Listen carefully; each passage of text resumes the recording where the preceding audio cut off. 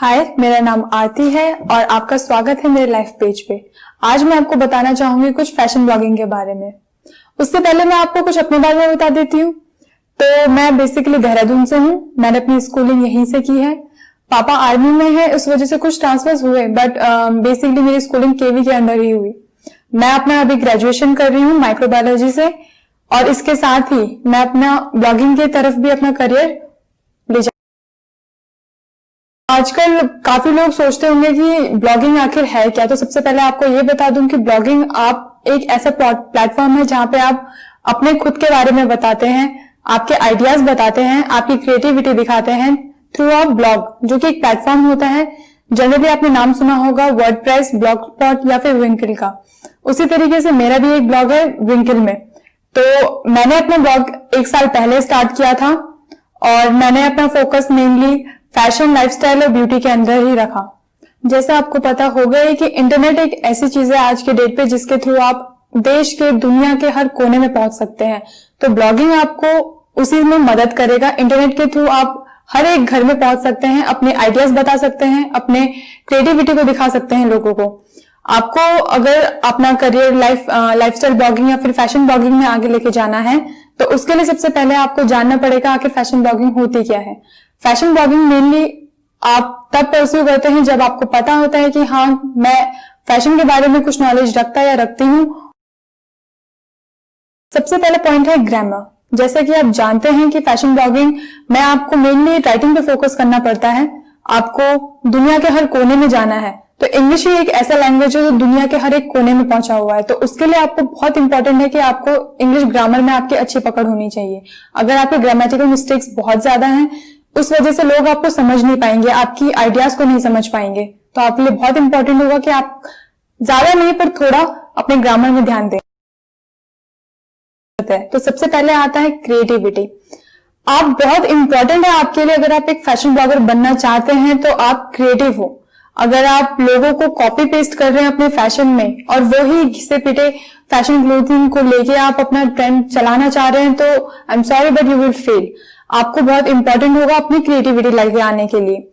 ऐसे मैंने बहुत सारे ब्लॉगर्स देखे, फैशन ब्लॉगर्स देखे हैं, फैशन डिजाइनर्स देखे हैं जो अपनी क्रिएटिविटी को आगे रखते हैं, और कई सारे ऐसे होते हैं जो दूसरों को कॉपी करते हैं। लेकिन जो खुद की क्रिएटिविटी आगे रख रहे हैं, सक्सेस उन्हीं को मिलती है। आपके लिए बहुत इंपॉर्टेंट होगा कि आप अपने खुद के आइडियाज को आगे लेके जाएं, उसके बारे में अपनी रिसर्च और आगे रखें और खुद उसके बारे में कंफर्म हो कि आपके ट्रेंड्स आगे चलेंगे या नहीं। पहला आ जाता है सेल्फ अवेयरनेस। फैशन ब्लॉगिंग एक ऐसा चीज है जिससे सबसे ज्यादा फायदा आपको खुद को होता है। आप अगर फैशन ब्लॉगिंग को अपना करियर ले रहे हैं तो इससे आपका सबसे ज्यादा ये फायदा है कि आप खुद के बारे में सबसे ज्यादा खुद को किस पॉजिटिव पॉइंट में पोर्ट्रे कर रहे हैं लोगों के सामने। आपको किसी के बारे में किसी की हेल्प लेने की जरूरत नहीं है कि आप क्या पहने या क्या ना पहने। आप खुद अपने डिसीजन मेकर होंगे। आप खुद अपने आप को अपना 100% दे पाएंगे। आप लोगों तक अपनी पर्सनैलिटी को 100% तक उभार पाएंगे। अगर फैशन ब्लॉगिंग में कोई सबसे बड़ा चैलेंज है तो वो है लॉन्ग जेस्टेशन पीरियड। अगर आप नॉर्मल जॉब कर रहे हैं तो आपको जनरली सैटरडे संडेज की छुट्टियां मिलेंगी या फिर आपको साल में कुछ छुट्टियां मिल जाएंगी, बट फैशन ब्लॉगिंग में ऐसा कुछ नहीं होने वाला है। आप 24/7 काम कर रहे होंगे। आपके लिए कोई संडे या सैटरडे नहीं होगा, कोई हॉलीडे नहीं होगा, कोई वीकडेज नहीं होंगे, ना कोई फेस्टिवल ऑफ होंगे। आपको हर समय लोगों को अपडेट करना पड़ेगा अपनी फैशन ब्लॉगिंग के थ्रू। कोई फेस्टिव चल रहा है और आपने उस फेस्टिव में क्या आउटफिट पहना था। बहुत जरूरी होगा लोगों को जानना कि आपने किस तरीके से उस फेस्टिव को एक ट्रेंड के रूप में सेट किया था। तो आपके लिए वहां पे कोई छुट्टी नहीं होगी। अगर मेरी बात करें तो मैं सुबह अगर 6 बजे उठती हूँ तो 6 बजे उठते ही मेरे दिमाग में अगर सबसे पहला ख्याल आता है तो वो होता है मेरे फैशन ब्लॉगिंग को लेके। मेरा सबसे पहला ख्याल होता है कि आज कौन सा मैं ब्लॉग अपडेट करना चाहती हूँ, आज मैं कितने व्यूअर्स तक अपनी बात पहुंचाना चाहती हूँ या नहीं पहुंचाना चाहती हूँ। और अगर मैं किसी कंपनी में कनेक्टेड हूँ, किसी ब्रांड के साथ कनेक्टेड हूँ, तो मैं उन तक कौन कौन सा आइडियाज मैं आज रखना चाह रही हूँ। सबसे पहले मेरा काम होता है स्टडी करना। जनरली लोग फ्रेश होने जाते हैं, बट मेरा सबसे पहला काम होता है कि मैं अपनी स्टडी करूं कि आज का मेरा दिन का रूटीन क्या होगा। मैं सबसे पहले अपना दिन का रूटीन सेट करती हूँ। उसके बाद मेरा ब्रेकफास्ट होता है।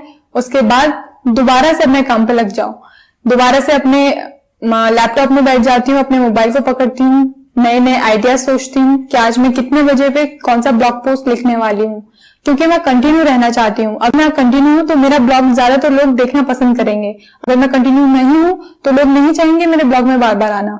इसलिए मेरे लिए बहुत इंपॉर्टेंट है कंटिन्यू रहना। उसके लिए दिन के शायद 11 बजे से लेकर रात के 11 बजे तक मैं कंटिन्यू उसके बीच में वर्क कर रही होती हूँ। बीच में अगर कोई मुझसे बात करता है या मेरा कोई काम होता है तो वो 5 मिनट के लिए ही होगा, लेकिन ज्यादा समय मेरा ब्लॉगिंग पे ही होता है। मैं आशा करती हूँ कि आज मैं आपको फैशन ब्लॉगिंग के बारे में एक बैलेंस व्यू दे पाई हूँ। Thank you.